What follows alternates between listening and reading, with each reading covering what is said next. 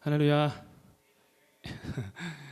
점점 이렇게 아멘에 이렇게 점점 소리가 커지고 있어서 되게 반갑습니다. 다시 한번 할렐루야. 예. 오늘 저는요 마태복음 6장 9절의 말씀을 가지고 하늘에 계신 우리 아버지라는 제목으로 말씀을 나눠보도록 하겠습니다. 오늘부터 해서 앞으로 몇 주가 될지는 모르겠어요. 제가 이렇게 말씀을 묵상하고 준비하면서 그 분량에 따라서 조절을 할 것인데, 오늘부터 우리가 예수님의 기도, 주님의 기도를 같이 한번 배워보고자 합니다. 여러분, 예수님의 기도는요 우리 모든 그리스도인들이 하는 기도의 뿌리입니다. 뿌리는 근원이지만 또 벗어날 수가 없습니다. 여러분이 어떤 기도를 해도 상관없습니다. 그러나 주님의 기도를 벗어나지 않기를 제가 권면드리겠습니다. 그래서 오늘 이것을 위해서 우리가 주기도문을 한번 배워보고자 합니다. 주기도문을 따라하면은 예수님을 닮아갈 수 있음을 믿습니다. 아멘. 아멘. 자, 그래서 우리 성경에 보면요 주기도문은 두 군데서 다뤄지고 있습니다. 처음은 우리가 같이 본 마태복음 6장이고요. 그 다음은 누가복음 11장입니다. 우리가 먼저 우리 본문에 들어가기 앞서 먼저 누가복음 11장을 잠깐 보겠습니다. 누가복음 11장 1절 같이 읽겠습니다. 시작. 예수께서 한 곳에서 기도하시고 마치심에 제자 중 하나가 여짜오되 주여, 요한이 자기 제자들에게 기도를 가르친 것과 같이 우리에게도 가르쳐 주옵소서. 아멘. 바리새인들은요 그들의 서기관들이 가르쳐준 기도가 있었습니다. 그래서 그 사람들은 서기관들이 가르쳐준 대로 기도하고 그들의 공동의 신앙의 목표를 위해서 기도했습니다. 또 요한의 제자들도 마찬가지로 요한이 가르쳐준 대로 기도하고 그들의 공동의 신앙의 목표를 위해서 기도했습니다. 우리는 어떻게 기도해야겠습니까? 우리는 예수님의 기도를 따라해야 합니다. 그래서 제자들도 예수님께서 와서 말했습니다. 우리에게도 기도를 가르쳐 주세요. 왜냐하면 이제부터 그들이 예수님을 따라가야 되는데 예수님의 사상, 예수님의 가르침, 예수님의 생각의 핵심이 무엇인지를 그들이 알아야 했기 때문입니다. 기도에는요 바로 예수님의 생각이 들어 있습니다. 예수님이 마음에 담겨 있고 예수님의 신학과 예수님의 사상이 담겨 있음을 믿습니다. 여러분이 주기도문을 따라할 때 그 기도 가운데 깨닫는다면은 우리는 능히 예수님을 따라갈 수 있을 줄을 믿습니다.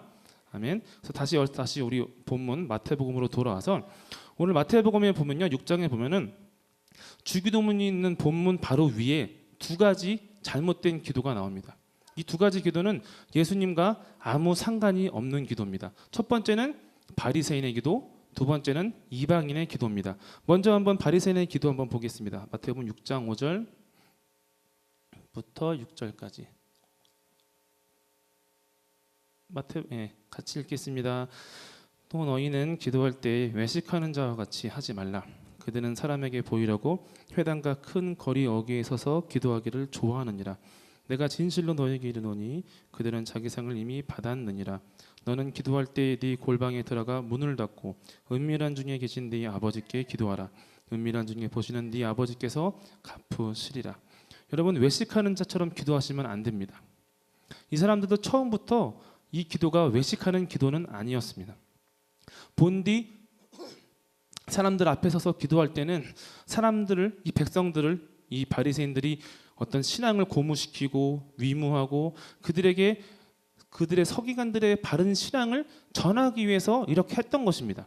그러나 그것이 시간이 지나면서 변질이 되어서 이제는 그들이 이 민족, 이 나라 안에서 자신들의 종교적인 위치를 확고히 하고 그 위치를 높이는데 악용하기 시작했다 이겁니다. 여러분 이것이 비단 기도뿐일까요? 아닙니다. 우리 교회 공동체 안에서 행하는 모든 것들이 사실 얼마든지 그렇게 변질될 수 있습니다. 지금 제가 여러분에게 하고 있는 이 설교도 그렇고, 또 여러분이 서로 섬기고 있는 봉사도 그렇고, 또 외부적으로 우리가 행하는 구제도 마찬가지로 얼마든지 이렇게 외식적으로 변할 수가 있다 이겁니다. 이런 사람들에게 예수님께서 이렇게 말씀하셨습니다. 골방에 들어가 기도하라. 이 말은 무슨 말입니까? 기도는 하나님께 하는 것이지 사람에게 보이려고 하는 것이 아니라 이겁니다. 제가 지금 설교하는 것도 하나님께서 내게 말씀을 주셨기 때문에 하는 것이지 내가 여러분에게 잘 보이려고 이런 말을 하겠습니까? 아닙니다. 헌신도 하나님께서 여러분을 헌신의 자리로 불러주셨기 때문에 하는 것이지 여러분이 그 헌신을 통해서 이 교회에서 어떤 지위를 얻고자 하는 것이 아니라 이겁니다, 여러분. 우리는 그저 하나님의 부르심에 감사함으로 응답할 뿐인 줄을 믿으시길 바랍니다. 아멘. 그 다음에 두 번째로 이방인의 기도입니다. 그 다음 7절, 8절 한번 보겠습니다. 같이 읽겠습니다. 또 기도할 때에 이방인과 같이 중언부언하지 말라. 그들은 말을 많이 하여야 들으실 줄 생각하느니라. 그러므로 그들을 본받지 말라. 구하기 전에 너희에게 있어야 할 것을 하나님 너희 아버지께서 아시느니라. 여러분, 이방인과 같이 중언부언하는 기도가 뭡니까? 여러분, 우상을 섬기는 사람들은요, 자신들의 목적이 달성이 될 때까지 쫄랐습니다. 대표적인 게 기우제라는 거. 여러분, 그 얘기 들어보셨죠? 어떤 무당이 기도만 하면 비가 옵니다. 어떻게 기도했을까요? 네, 비가 올 때까지 기도했습니다. 여러분, 이 기도는 하나님을 기쁘시게 할 수 있는 기도가 아닙니다. 왜냐하면 그 속에는 의식주기든 아니면 무의식적이든 그 신을 내가 조종하겠다는 그런 의지가 숨겨져 있기 때문입니다. 여러분, 하나님은 다 알고 계십니다. 믿으십니까? 이거는 제가 한 말이 아니에요. 예수님께서 말씀하셨어요. 너희가 기도하기 이전부터 이미 너희에게 있어야 할 것을 하나님은 어떻게 알고 있다? 다 알고 계신다 이겁니다. 기도하는 우리에게 필요한 것은 끈기가 아니라 믿음입니다. 믿음. 기도는요, 믿기 위해서 하는 것입니다. 우리가 우리의 삶의 정황을 아버지 앞에 솔직하게 다 말씀드리고, 그리고 그 정황 속에서 이루시고자 하는 아버지의 뜻을 간구하고, 그리고 아버지 뜻이 임하였다면 그 뜻에 우리는 마음과 힘과 생명을 다하여 순종할 따름입니다. 여러분, 믿기 위해서 기도하는 것입니다. 만약에 이에서 벗어난 기도를 한다면 그거는 종교적인 기도입니다. 다시 말해서 우리가 우리의 욕망을 위해서 기도를 이용하는 것밖에 되지 않는다 이겁니다. 그럼 여기서 문제가 되는 게 인간의 욕망이 악하냐 이겁니다. 여러분, 욕망이 악합니까? 아니, 퀴즈 아닙니다. 그만하세요. 욕망이 악합니까? 과거에는요, 욕망 자체를 악하다고 했습니다. 그래서 성욕뿐만이 아니라 식욕도 정죄했어요. 그래서 여러분 얼마든지 지금 요즘에는 뭐 고깃집 가면 막 과식하고 배불러 죽겠네라고 하지만 과거에는 과식도 죄였어요. 그러나 여러분 기억하십시오. 에덴 동산에서 인간의 욕망은 하나님의 창조 질서에 어긋나지 않았습니다. 인간에게 하나님께서 욕망을 주셨기 때문에 두 사람이 남녀가 한 몸을 이뤘고 가정을 이뤘고 일했고 하나님의 역사를 감당할 수 있었다 이겁니다. 근데 문제는 뭐냐면 이 욕망이 넘봐서는 안 될 것을 넘보고 하나님의 권위에 도전하면서 그것이 죄가 된 것입니다. 여러분, 욕망 자체는 악하지 않습니다. 중요한 것은 뭐냐? 욕망의 방향성입니다. 신학적으로 죄를 뭐라고 그러냐면은 관역에서 벗어난 것이 죄라고 합니다. 화살을 쏴서 사슴을 쏴야 되는데 사람을 쏘면 됩니까? 안 됩니까? 안 된다 이겁니다. 욕망이 바른 방향으로 나아가야 그것이 하나님 앞에 온다는 것이지, 욕망이 본래 나가야 할 방향을 잃어버리고 어긋난 방향으로 날아간다면 그때 바로 이 욕망이 죄가 된다 이겁니다.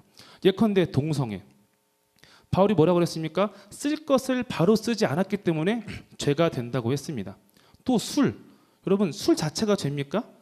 그렇지 않습니다. 술을 마시면 우리가 우리의 욕망을 컨트롤하지 못해서 우리의 욕망이 잘못된 방향으로 나가기 때문에 술을 마시지 말라고 정죄하고 마시지 말라고 권면하고 있는 것입니다.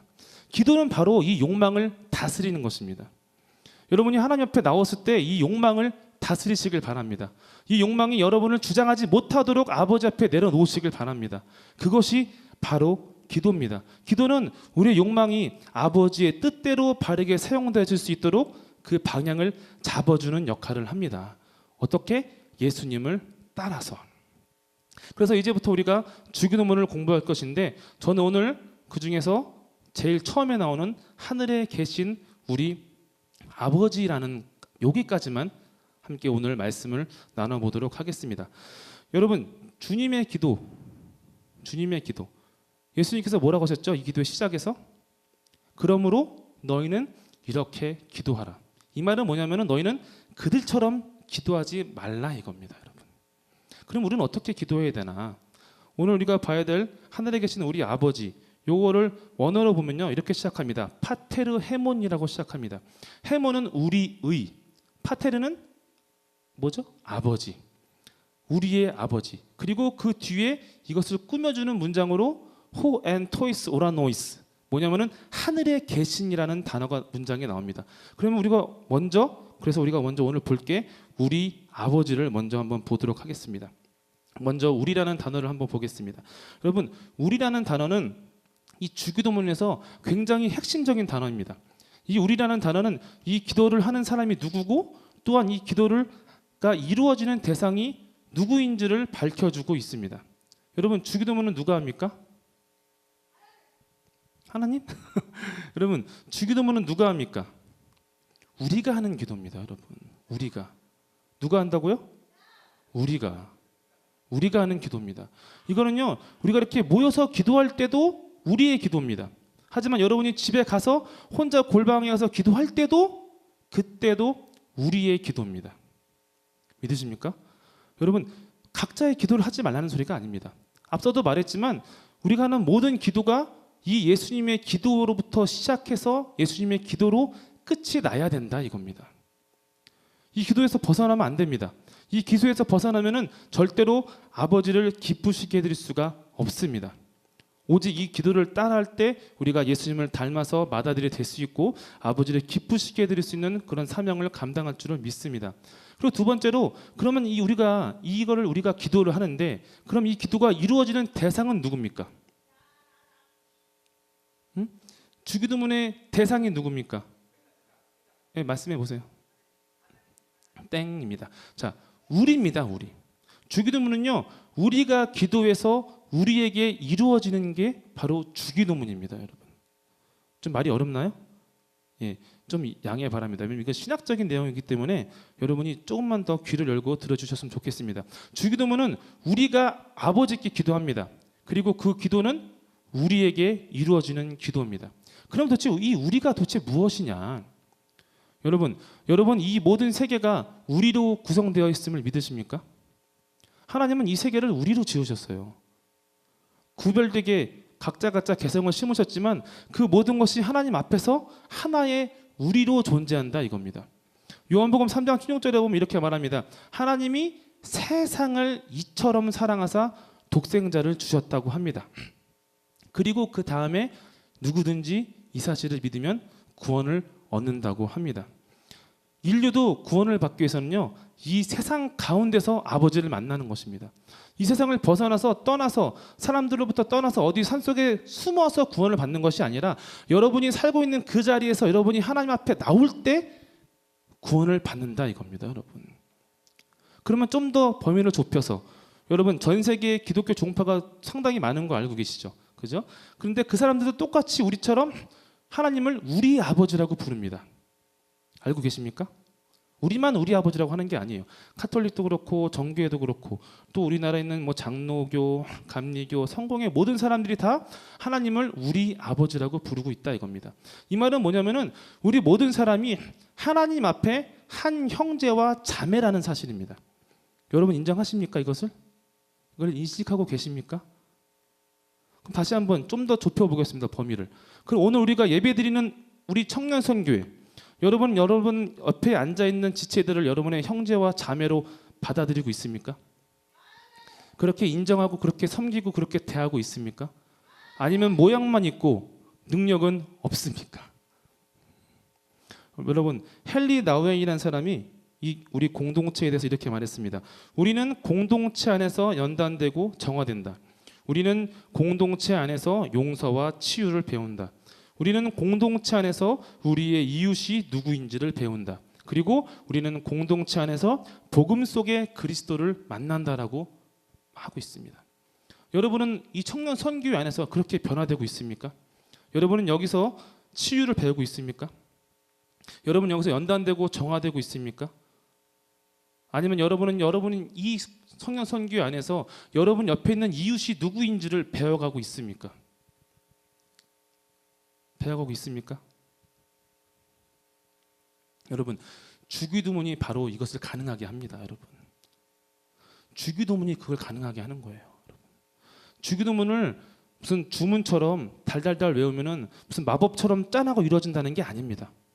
여러분이 날마다 주기도문을 묵상하고 기도하면서 깨닫고 또 깨달아야 한다는 말입니다.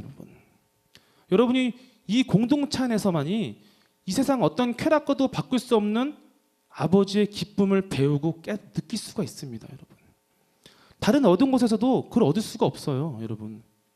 하나님은 이 교회를 세우신 목적이 뭐냐면은 우리가 아들을 닮아가기 위해서 세우셨다 이겁니다. 근데 아들을 닮아가려면은 아버지의 마음을 알아야 아들이 될 수 있다 이겁니다. 제가 예전에 말씀드렸죠. 아들은 누굽니까? 아버지의 뜻에 순종하는 사람이 아들이라 이겁니다, 여러분. 여러분, 그런 말하죠. 예배는 잔치다. 맞습니다. 예배는 잔치입니다. 오늘 이 시간 하나님께서 여러분을 잔치에 초청해 주신 겁니다. 그런데 잔치에 참여해서 이 잔치의 목적이 뭔지도 모르고 그 멍하니 있다가 남들 다 춤추고 노는데 나 혼자 그냥 깨작깨작 밥만 먹다가 쫓겨나시겠습니까? 아닙니다, 여러분. 함께 기뻐하고 아버지의 마음을 아시길 바랍니다. 그래서 오늘의 예배가 여러분이 예수님처럼 변화돼가는 그런 능력이 되길 바랍니다. 그러려면 여러분이 주기도문을 묵상을 해야 돼요. 오늘 말한 것처럼 우리라는 게 어떤 의미인지를 여러분이 인식하고 인정해야 된다 이겁니다. 얼마든지 이거는 우리가 우리에게서 우리 삶에서 부정될 수 있어요. 왜? 당장 옆에 있는 친구가 어제까지는 내 친구였지만 당장 내일 나한테 원수가 될 수도 있어요, 여러분. 그러나 그럼에도 불구하고 그 사람을 사랑하고 그 사람을 형제와 자매로 내가 포용할 수 있느냐. 여러분, 주기도문을 더욱더 깊이 묵상하시길 바랍니다. 아멘. 그 다음에는 아버지입니다. 아버지. 아버지 하면 어떤 게 떠오릅니까? 두 가지가 생각납니다. 첫 번째는 우리를 낳으시고, 그죠? 두 번째는 우리를 기르시고 돌보십니다. 하늘에 계신 우리 아버지시도 우리를 창조하셨고 우리를 돌보십니다. 믿으십니까? 창세기 1장 1절에 이렇게 말합니다. 태초에 하나님이 천지를 창조하셨느니라. 믿으십니까? 그러면 그 하나님께서 지금 우리의 삶도 돌보고 계심을 믿으십니까? 여러분, 이 사실을 믿는다면요, 우리는 인간에게 아주 절대적인 두 가지 문제를 해결할 수 있게 됩니다. 첫 번째는 우리의 존재의 불안, 두 번째는 하나님을 믿는 것. 첫 번째 한번 보겠습니다. 존재의 불안. 인간은요, 에덴 동산에서 죄를 지어서 쫓겨난 이후로 항상 불안합니다. 아무리 많이 가지고 아무리 성공해도 항상 불안합니다. 왜? 돌아갈 곳이 없어졌기 때문입니다. 아무리 성공한들 뭐합니까? 죽으면 끝인데.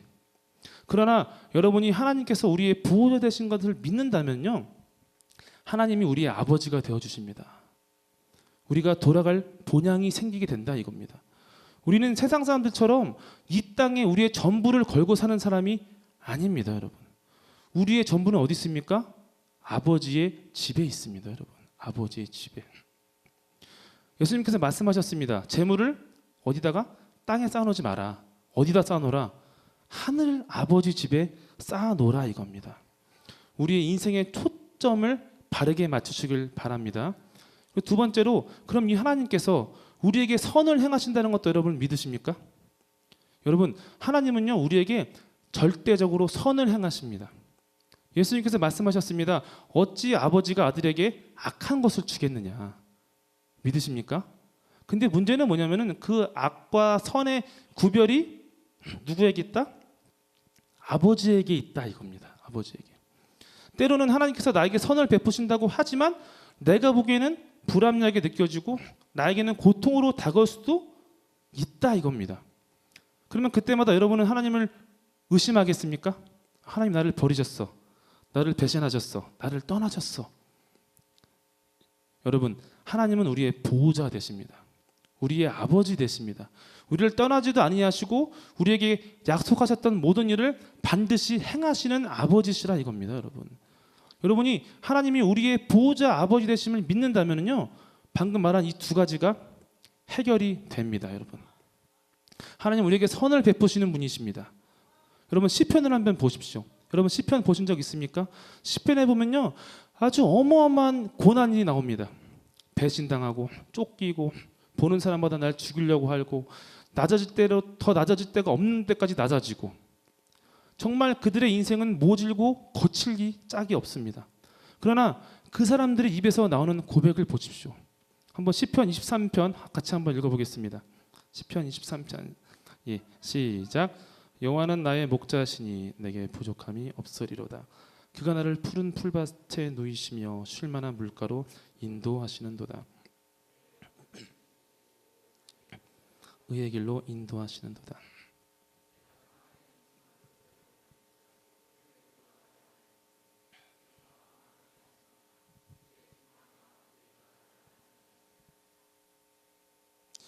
아멘.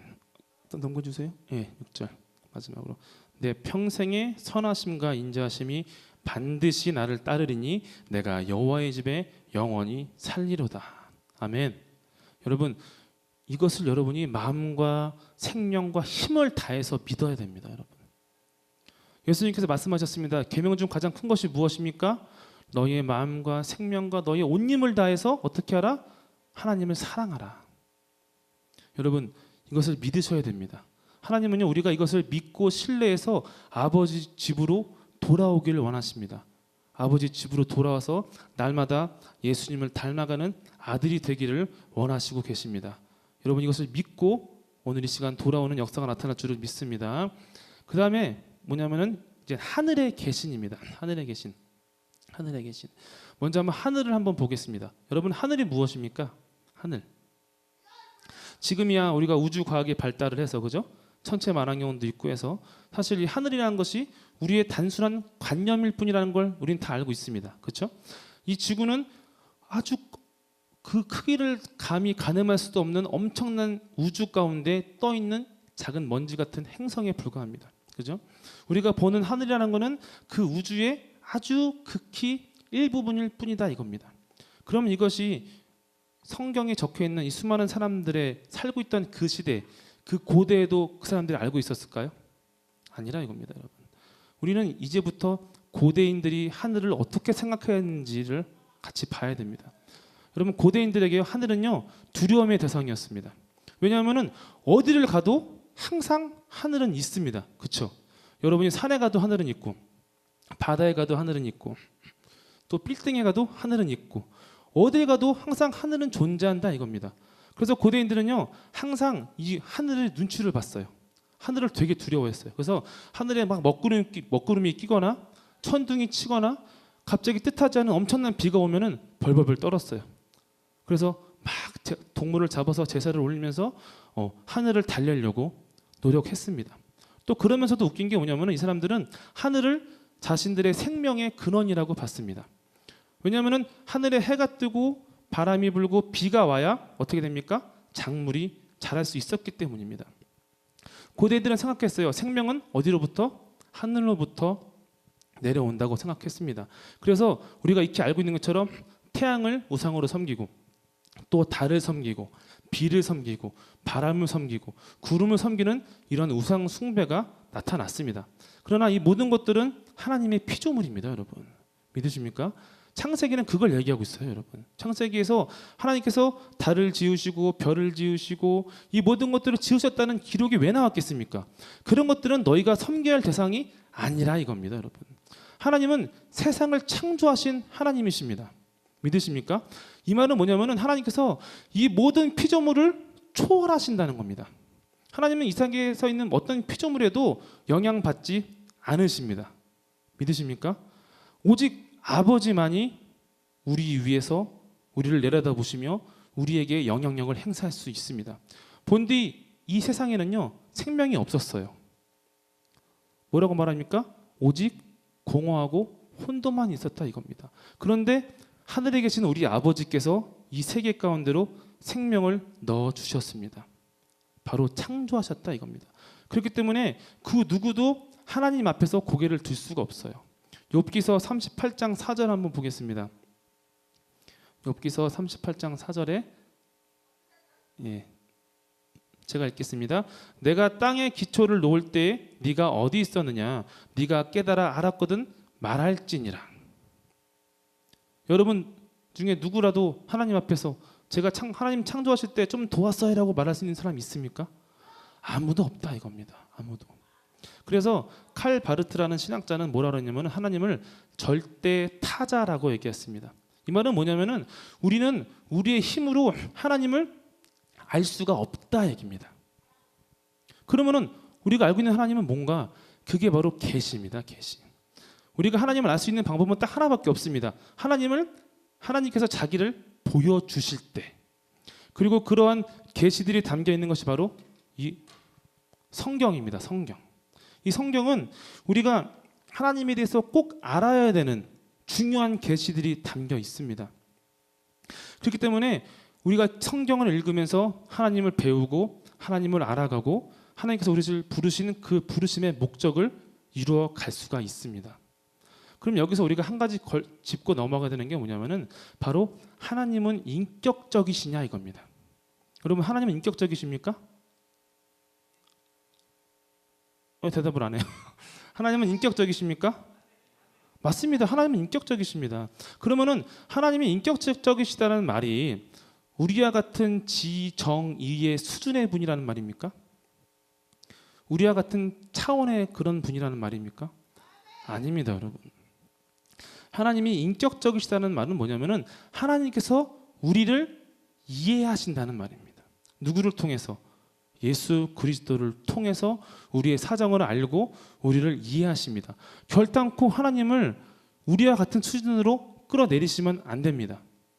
우리에게 지정의가 있기 때문에 하나님께서 우리를 지정의로 만나주시는 겁니다.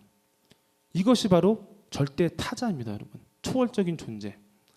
하나님께서 우리에게 보여주지 않으면 우리는 아무도 알 수가 없습니다. 그러므로 여러분, 절대로 하나님을 판단하지 마십시오. 감히 측량하거나 정의하지 마십시오. 오직 그의 뜻을 구하고 그의 뜻에 순종하시길 바랍니다. 그리고 두 번째로 하나님이 인격적이다는 말은 뭐냐면은 하나님은 자유롭다는 말입니다. 하나님은 자유로우십니다. 여기서 그 누구도 하나님의 자유보다 더 큰 자유를 가진 사람도 없고 하나님의 자유를 감히 간섭할 수 있는 사람도 없습니다. 그런데 성경에 보면요, 재밌는 게 뭐냐면은 하나님의 이런 자유를 뭣도 모르고 간섭하려고 하는 사람들의 이야기가 나옵니다. 한번 보겠습니다. 우리 한번 사도행전 7장에 나오는 스데반의 설교를 한번 같이 보겠습니다. 네, 사도행전 7장 46절 같이 읽겠습니다. 시작. 다윗이 하나님 앞에서 은혜를 받아 야곱의 집을 위하여 하나님의 처소를 준비하게 하여 달라고 하더니 솔로몬이 그를 위하여 집을 지었느니라. 그러나 지극히 높으신 이는 손으로 지으신 곳에 계시지 아니하시나니 선지자가 말한 바 주께서 이르시되 하늘은 나의 보좌요 땅은 나의 발등상이니 너희가 나를 위하여 무슨 집을 짓겠으며 나의 안식할 처소가 어디냐. 이 모든 것이 다 내 손으로 지은 것이 아니냐 함과 같으니라. 다윗은요, 자기 궁궐을 지어서 들어가서 보니까 하나님 생각이 난 거예요. 나는 이렇게 좋은 집에 사는데 하나님은 왜 맨날 그런 가죽으로 덮여있는 성막에 계실까? 여러분, 다윗의 이 생각이 틀립니까? 맞습니까? 다윗의 그 의도는 굉장히 순수한 거예요. 그죠? 나만 이렇게 편하게 지낼 수는 없잖아. 그죠? 그러나 그는 하나님을 자기와 같은 수준으로 낮추는 우를 범했다 이겁니다, 여러분. 역대상 17장 한번 보겠습니다. 역대상 17장 1절부터 같이 읽겠습니다. 다윗이 그의 궁전에 거주할 때 다윗이 선지자 나단에게 이르되 나는 백향목궁에 거주하거늘 여호와의 언약궤는 휘장 아래에 있도다. 나단이 다윗에게 아뢰되 하나님이 왕과 함께 계시니 마음에 있는 바를 모두 행하소서. 그 밤에 하나님의 말씀이 나단에게 임하여 이르시되 가서 내 종 다윗에게 말하기를 여호와의 말씀이 너는 내가 거할 집을 건축하지 말라. 내가 이스라엘을 애굽에서 올라오게 한 날부터 오늘까지 집에 있지 아니하고 오직 이 장막과 저 장막에 있으며 이 성막과 저 성막에 있었나니 이스라엘 무리와 더불어 가는 모든 곳에서 내가 내 백성을 먹이라고 명령한 이스라엘 어느 사사에게 내가 말하기를 너희가 어찌하여 내 백향목집을 건축하지 아니하였느냐라고 말하였느냐 하고. 여러분, 하나님은 자유로운 분이세요. 누구도 하나님의 자유를 간섭할 수 없습니다.